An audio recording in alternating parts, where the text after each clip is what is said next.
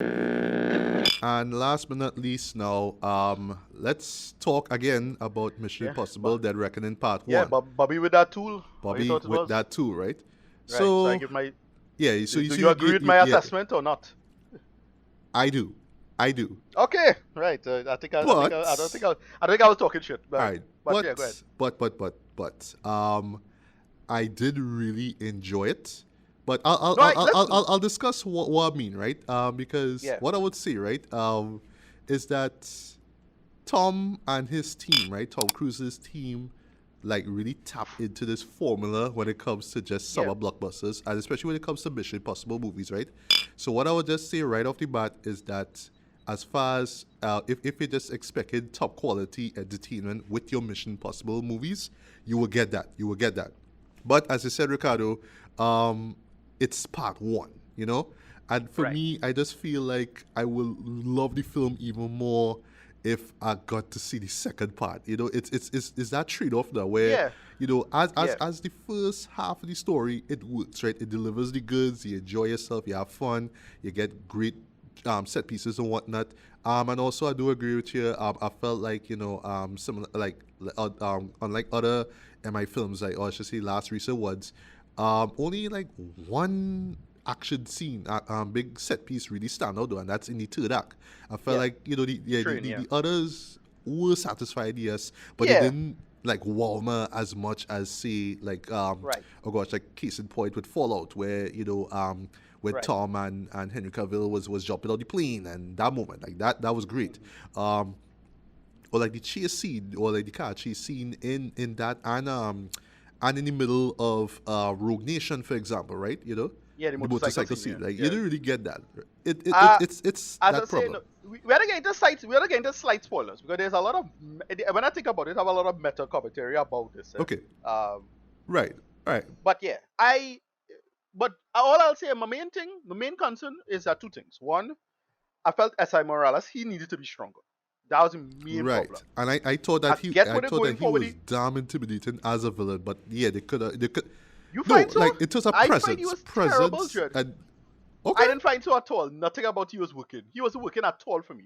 Like because I get why he like him the concept of him because of we could get into spoilers yeah, if you want to we get can into get into it spoilers. now. So yeah, EU, Right, right, because the entity, the quote unquote entity, this AI, is the one pulling the strings and helping him out. It makes him incredibly dangerous. I get that. But he himself was falling flat. I was like, oh God, he just kind of bored, right? And he because they supposedly link him to Ethan in the past, a past that we don't know about. He's supposed to be some big thing with Ethan, but I don't know that, so I can't connect to that anyway. I find SMRS fall flat for me. I didn't all hate right. it. I didn't hate I it, understand. but Mm. yeah, but it didn't work. And I felt if he was stronger, it could have worked. Because the whole AI thing is a cool idea, especially the twist in the end, and when you find out is the Americans make it in the first place and blah blah blah blah. That's fine. Okay. Another problem, plot wise.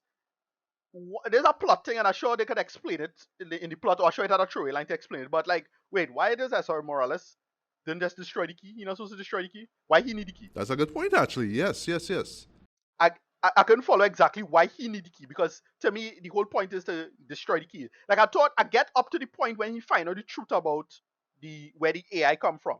So like Oh wait, it getting rid of oh and wait, it no, flying out I now catch everybody. myself. I don't think it was to destroy it. You know, I think it was just to all right, basically control the AI itself, right? So if you don't mind my button, right? Right, good. So I love the idea of, you know, this AI, right? I mean, it's called the entity, Right. which is kind of cheesy in the And 90s, it's right? a meta commentary on the algorithm in Hollywood, right? That's what I was thinking too. Like I was watching, like holy Yeah. shit! Like I don't know how You they know? do it, but yeah, they just really touch that pulse. There, well, I should say, the creators Yeah. of this show really touch on that pulse, right? Because you know, like Yeah. what 6 movies in, you know, it's always about the rogue agent or the shady organization of terrorists and all that kind of stuff.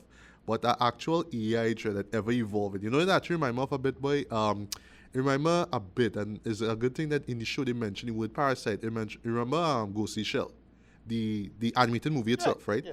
Where the puppet Yeah. master, Yeah. and it was just this AI who just and who want to Yeah. exist, That way and just he yeah. just wanted to be in a body and die and Yeah. all that kind of stuff. I thought that still to this day, that's one of the best concepts of AI I've ever That seen. Huh? listen, I expect them to do something like that for the second one. Eh? Oh, would. That's what I think going to happen. Eh? Straight up, I think they're going to take it from Bruce Lee. Yeah. So that's why I was liking the character of Gabriel, who's played by Isai Morales, right? You know, this guy who is pretty much being told by the entity where his enemies are and telling them where to go, find them and kill them. Now, I think that's what makes him pretty intimidating, right? It's like there's a moment where he goes, I think it's to Rome, right? That's like where the big set where we have the big chase scene, right? One of the big set pieces in the film, right? And yeah, you know, he did talking to like this not this customs guy, this police guy, and talk about, oh, you know, your daughter and your this. You know, you've seen it before, right? Where I know your family and I know where you live. But the idea the entity is feeding him all this information literally, you know, in real time now. That shit is scary, dog, right? Yeah, get all that. But I do understand where you're coming from, because they try to link him to the past now, you know, where I think he was, because I haven't seen the first film in a long while, I don't even know if it's from the first film. No, not from the first film. Okay, not from the first film. No. Yeah, but basically he killed, you know, a significant other of Ethan, I guess. Apparently. That's what happens, right? Yeah, so but they really like try to tap into that now and make it feel like he was like a much bigger threat than all that now. But I was just more like him as just this guy who was just getting information on the spot and know where to find people and kill them. And that, you know, I killed your wife or whatever it is in the past. Now I'm coming back to get you. Mwahahaha, right? So yeah, I would say two-dimensional. That's the best way I could describe his character. But I do see the potential where his character could be expanded even more in the second film, right? Right. Speaking of that, though, I love the fight scene between him and Ethan on the train. That was cool. I'll get back to the train later. That's a good fight, yeah. But it's just how it ends with him in the truck, and he just says, "Ethan!" Yeah, catch him. That is so cheesy, but I love it though. Yeah, you know? It's in a summer blockbuster actually kind of way. The Ethan was funny to me, right? Paris, right? Well, the assassin who works for Gabriel, right? She's played by Pom Clementif, right? Yeah. Yeah, she was alright. She was alright. I did not expect that she would. You know what they do? You know what she remind me of, boy? I forget the actress from the first Kingsman movie, right? The War with the Blade. Right. But it's that. It's the silent killer. Yeah, we're talking about Sophia Buttelli. Right. Yeah, exactly. It's the right. silent badass who, you know, you tell she to go and kill a man, she'll go and kill a man, you wouldn't see anything. But then in the end, she might see something, so they do that. But yeah, this as an antagonist though, like I didn't expect it from friggin' Mantis though, but she was damn good though. Not great, but you know she was good, right? But just going back to the whole thing with the entity, right? I was real liking the stuff with how it just kept messing up Ethan's plan, right? To find the key, and you know there's this stuff involving Grace, right, who was played by McGill Haley. Atwell was like, hey, you were this, cool, nice, great, right? Right. The whole stuff with them in the airport in Abu Dhabi, that was cool, and how the entity was like real, like messing things up there. It was funny having Shea Wigham, right, who plays Jasper, you know, him trying to hunt down Ethan, and he just running and basically running, trying to catch up with Ethan, but he didn't get through with it and all that kind of stuff. So that, you know, you have some great moments and here, right? He didn't star. He wasn't in thing with Haley Atwell. He wasn't in Captain Carter. Yes, he was. Agent Carter. Yes, he was. You're right. I forgot that. Yes. That was interesting, right? Yeah. So yeah, at the end of the day, I just love the idea that it is this all-seeing, all-knowing AI, right?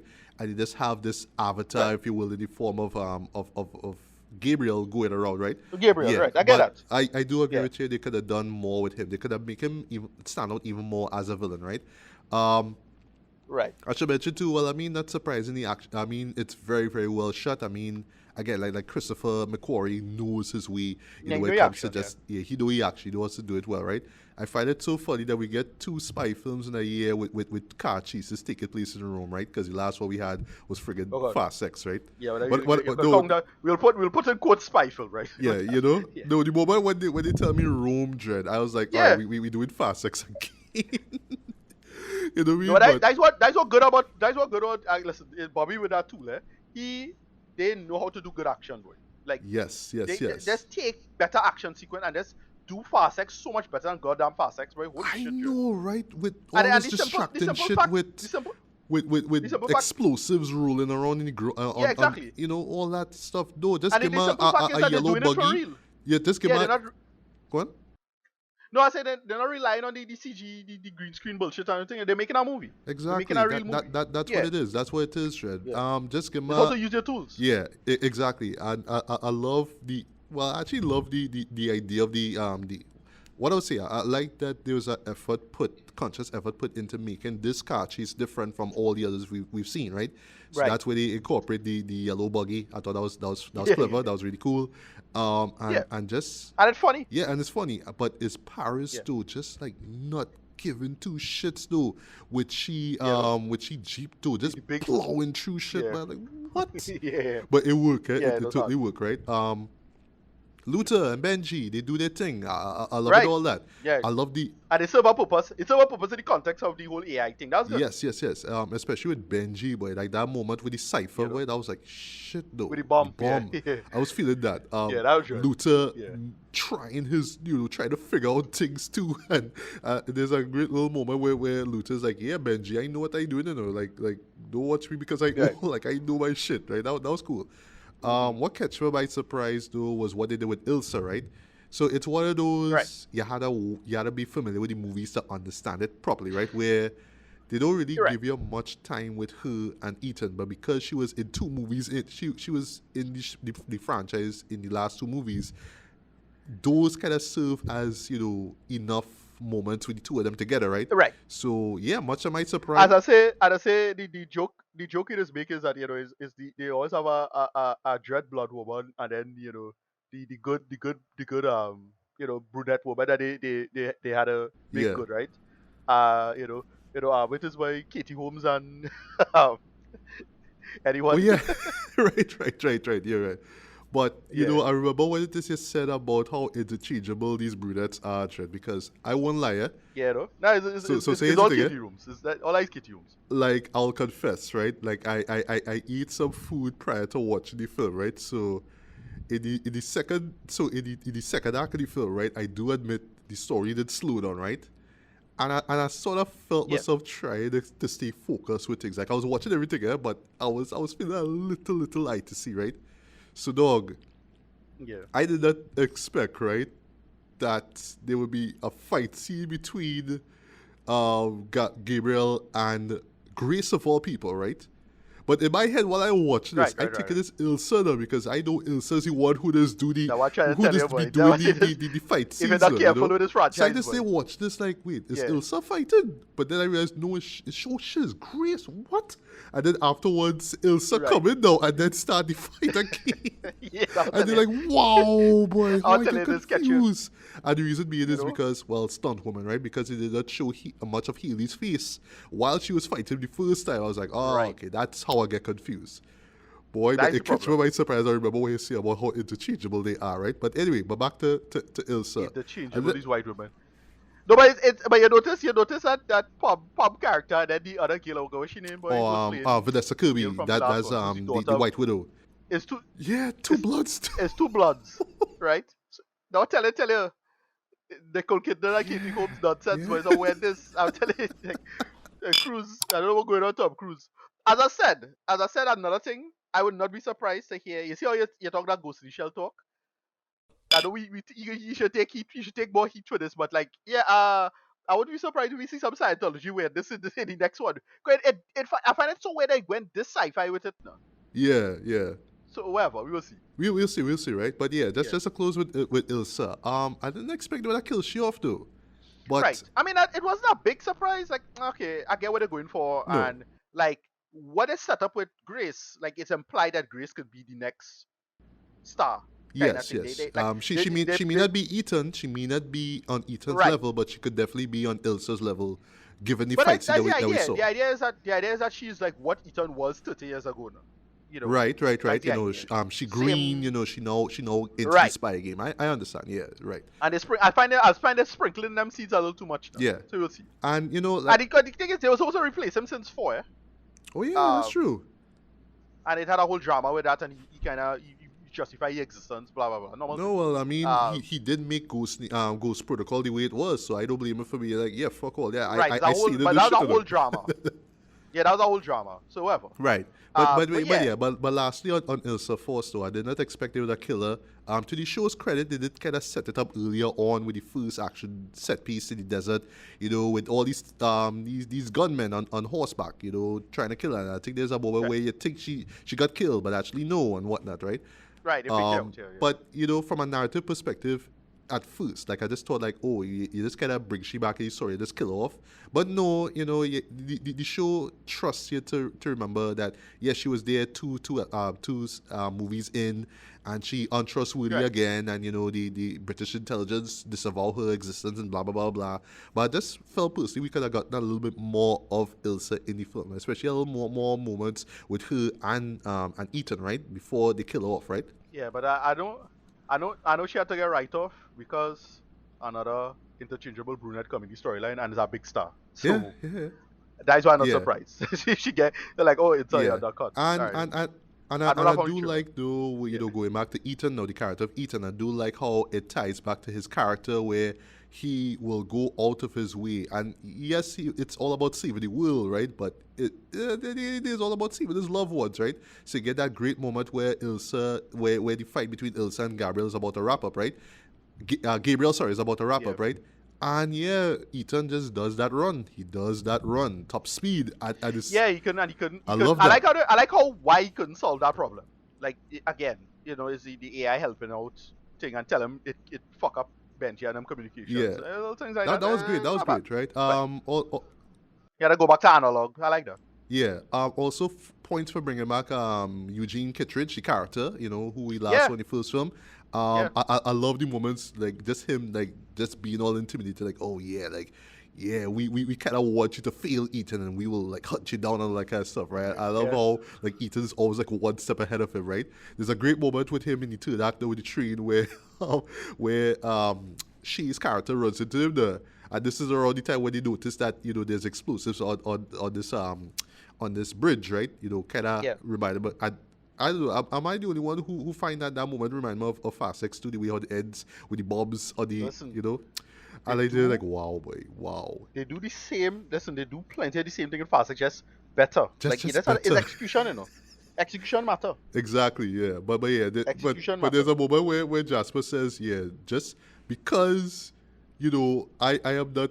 I'll just paraphrase here. Because I have to go along with the fact that you are not here. All right, I just gonna assume. Well, basically, oh gosh, Eugene tell him that okay, because it's all about not revealing one's presence, right? So it's like, all right, I am not here. So the moment when he realizes there's a bomb in the train, he just comes out, all right, okay, so judging what you just told me, all right, I just gonna assume that you are not here, and he just runs off. I love that. The audience was clapping at that. That was funny, right?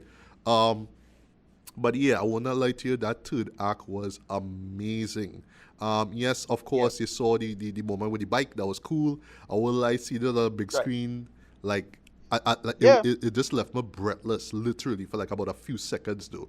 But I did not expect I was going to end with him just using the kind of parachuting and more or less sliding back yeah. into the train. I was like, all right, I fuck with that. That was cool, right? Um, and I saw where you meant with the Inception thing. I just thinking, okay, Inception, all right, it's just gonna stop with one part of the train, going into this river or something like that, right? I thought that's what you meant by the Inception part, right? But no, is Ethan and Grace running back to the back of the train, right? While Yeah, different compartments of the train falling. And they just more or less like yeah. rising up on off the floor and whatnot. That was like, okay, that's what you mean by Hmm. Inception. And I will like lie Yeah. every second of that. I was loving. That is such a Hard. spectacular Real hard. set piece, That though. part with the piano, Judd. Yes. Yeah. And even do the Inception thing where I think they were in the oh gosh, in the kitchen area. I just Hmm. see plates and things like rise up, and you just see like both Ethan and Grace just rise for a few seconds. Like I think you just hear like a zoom, and then just drop back. Hmm. All that I was loving though, like just the just this is one thing you really have to commend this series for. Right? They will go out of their way, literally out of their way to entertain you, right? But not in a gratuitous, over the top way like say Fast Sex, which yes, still is one of my favorite guilty pleasure movies of this year because of just how dumb it was. It's a crap But waste in my this time. case, though, it's like no, we It up. genuinely want to entertain you, Dre, but we're not gonna treat you like children. We're not gonna, we're not gonna treat you like kids. Though, you know what I mean? We're gonna give you logical action set pieces, right? So the stuff that you see, Yeah, yes, it's over the solid. top, Yeah, but it's believable, it's plausible, right? And you really got that there with that sequence, right? Couple things, couple. I do like the whole thing with the whole key part, and you have to find the two parts and all that kind of stuff, and the whole magic right, trick aspect, and everybody just sort of snatching the right, key right, and right, all that right, kind right. of stuff. That's clever. It always kind of keeps you on your toes, right?